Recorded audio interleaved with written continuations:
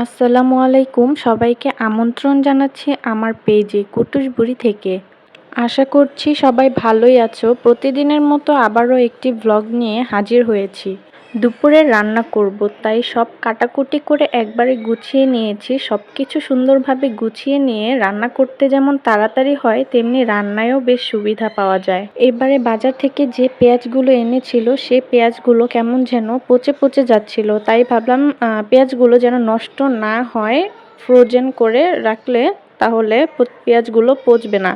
আর তাই আমার হেল্পিং হ্যান্ডকে দিয়ে কিছু পেঁয়াজ কাটিয়ে রেখেছি।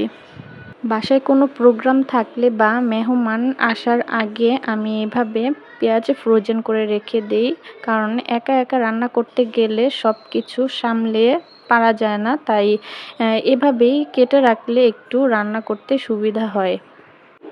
এদিকে রান্না করার আগে দেখি জিরে গুঁড়ো শেষ হয়ে গেছে, তাই জিরে ভেজে নিচ্ছি, পরে ব্লেন্ডারে গুঁড়ো করে নেব। আর আমি তাড়াতাড়ি করেই চা খেয়ে নিচ্ছিলাম রান্না বসাবো বলে। আমি সকালের নাস্তা একদমই সকাল সকাল খেতে পারি না, বেশিরভাগ সময়ে 11টা বা 11:30টার মধ্যেই খাই। নাস্তা খাওয়ার পর চা না খেলে সারাদিন মনে হয় কি যেন মিস করে ফেললাম। ইদানিং খুব বেশি মনে হচ্ছে চায়ের নেশা হয়ে যাচ্ছে। মাকে শুধু বকাবকি করতাম, কিন্তু এখন হাড়ে হাড়ে টের পাচ্ছি চা খাওয়া কিন্তু একটা নেশা।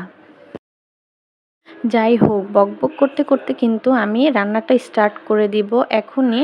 তাই মাছগুলোকে মশলা, লবণ, হলুদ, মরিচ দিয়ে মাখিয়ে নিচ্ছি। এবারে মাছগুলোকে সুন্দরভাবে আমি ভেজে নিব। প্রথমেই বেগুনের তরকারিটা বসিয়ে দিব। তারপর কিছু চান্দা মাছ নিয়েছিলাম চচ্চড়ি করার জন্য, সেগুলোকে হলুদ, মরিচ, লবণ দিয়ে মাখিয়ে নিলাম।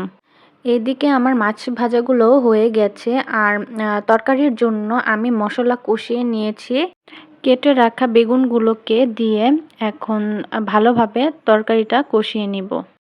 আরেক পাশে আমি চান্দা মাছগুলোকেও মুচমুচে করে ভেজে নিব। দুপাশে দুটো রান্নাই হতে থাকুক, আর আমি কাচকি মাছগুলো সুন্দরভাবে মশলা দিয়ে মাখিয়ে কিছুক্ষণ রেখে দিব। আমার কাছে যে কোনো গুঁড়া মাছই এভাবে মাখিয়ে রান্না করলে খেতে খুব বেশি ভালো লাগে। চান্দা মাছটাও ভাজা হয়ে গেছে, মুচমুচে করে ভেজে নিয়েছি। যেহেতু চচ্চড়ি করব, আমার সাহেব চান্দা মাছের চচ্চড়ি খুবই পছন্দ করে।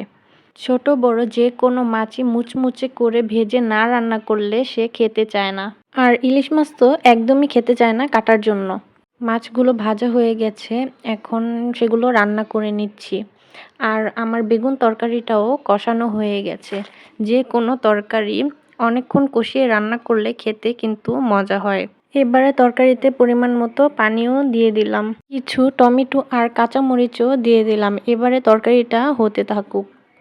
এদিকে মাছের চচ্চড়িটাও হয়ে গিয়েছে। এখন আবার গুঁড়া মাছের তরকারিটাও বসিয়ে দিলাম। গুঁড়া মাছ রান্না করতে কিন্তু বেশিক্ষণ সময় লাগে না। আর এপাশে আমার বেগুন ইলিশ মাছের তরকারিটাও রান্না করা হয়ে গেছে। আর এদিকে আমি লেবু কেটে শরবত বানাচ্ছিলাম। কুটুস বুড়ির বাবা বাইরে থেকে এসেই বলছে আমাকে একটু ঠান্ডা পানি দিয়ে শরবত বানিয়ে দাও, বাইরে প্রচণ্ড রকমের গরম পড়েছে। আমি দেরি না করেই ঝটপট করে শরবত বানিয়ে নিচ্ছিলাম। আল্লাহ হাফেজ বন্ধুরা, আজকে এই পর্যন্তই। সবাই ভালো থেকো।